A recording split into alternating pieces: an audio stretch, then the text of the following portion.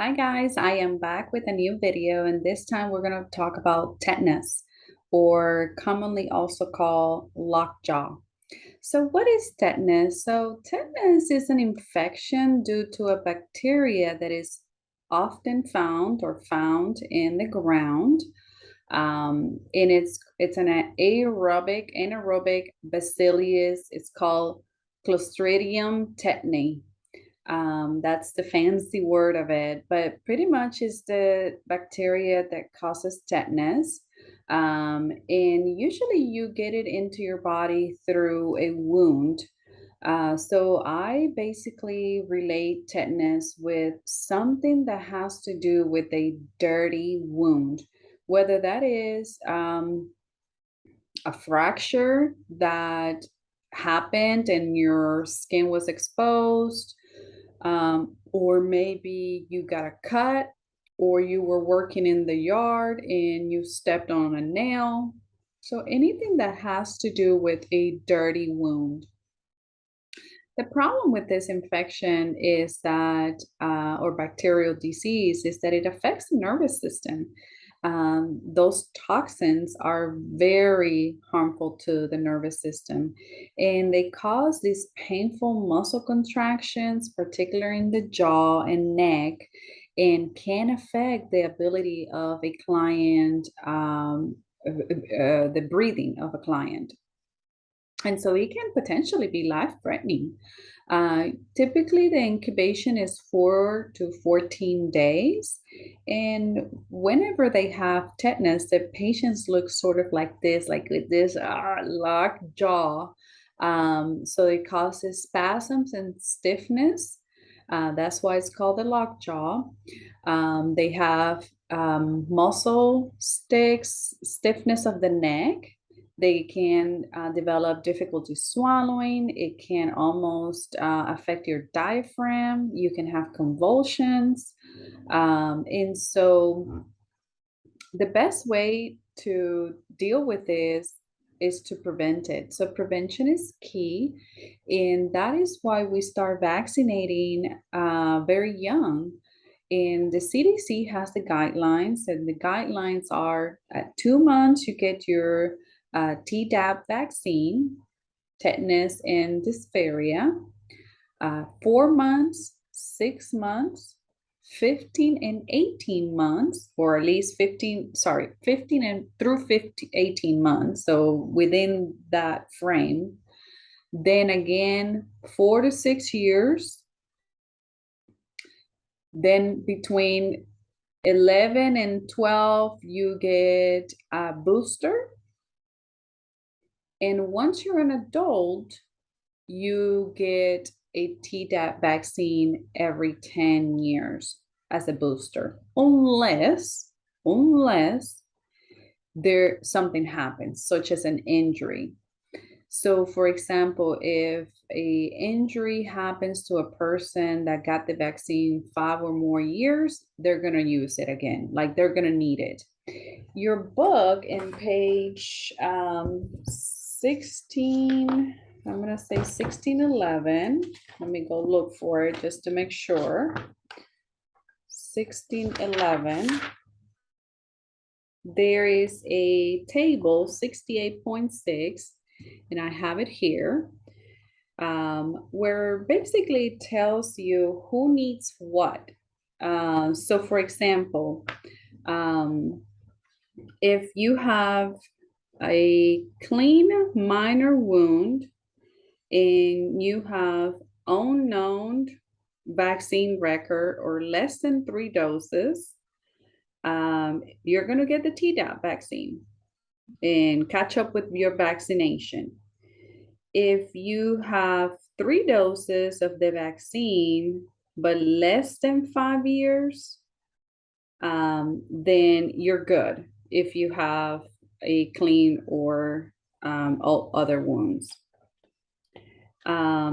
Keep in mind, I also made a square around the tetanus immune globins. It's an intramuscular, because if you have less than 3 doses or unknown record, You are going to catch up on your vaccine for all other wounds that are not clean, but you also might need that intramuscular immune globins.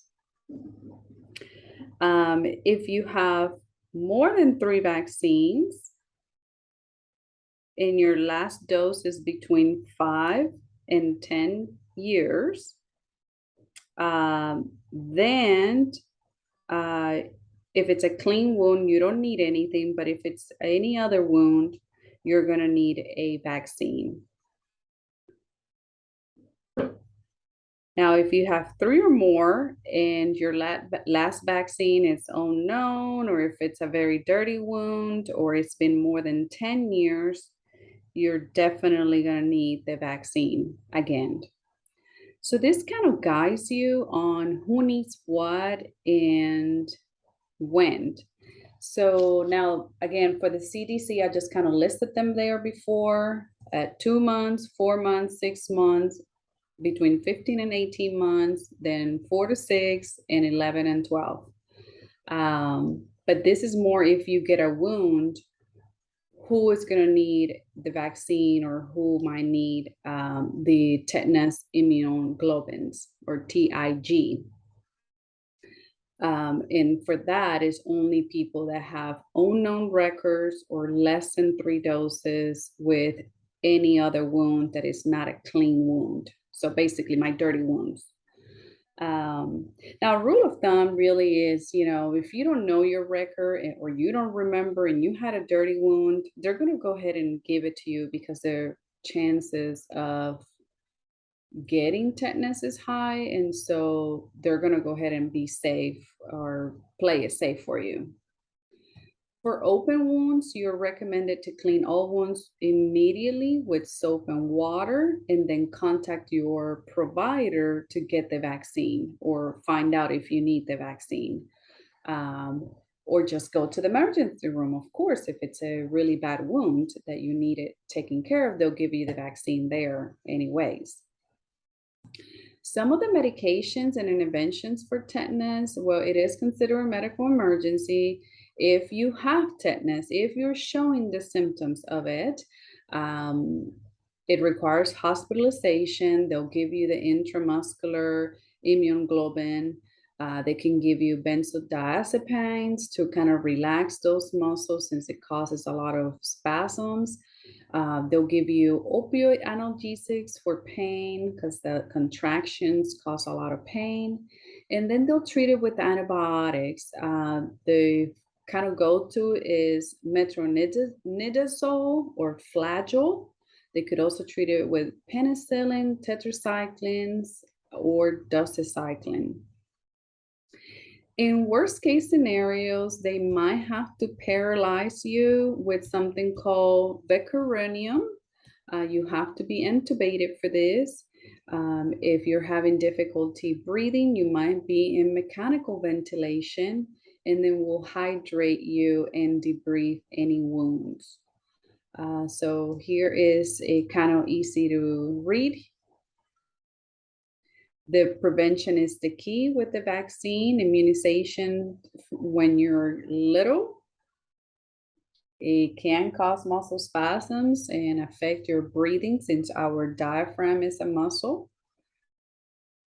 There is a table that basically tells you who gets what, and depending if you had 3 or more or 3 or less, or what your vaccine history is, you might need the Tdap immunization. And contact your provider and clean all wounds immediately with soap and water. Okay, well, this is a very short disease or issue, a problem. Again, my references are always from the book and my images are from Google or the book, and I'll see you in the next video. Bye-bye.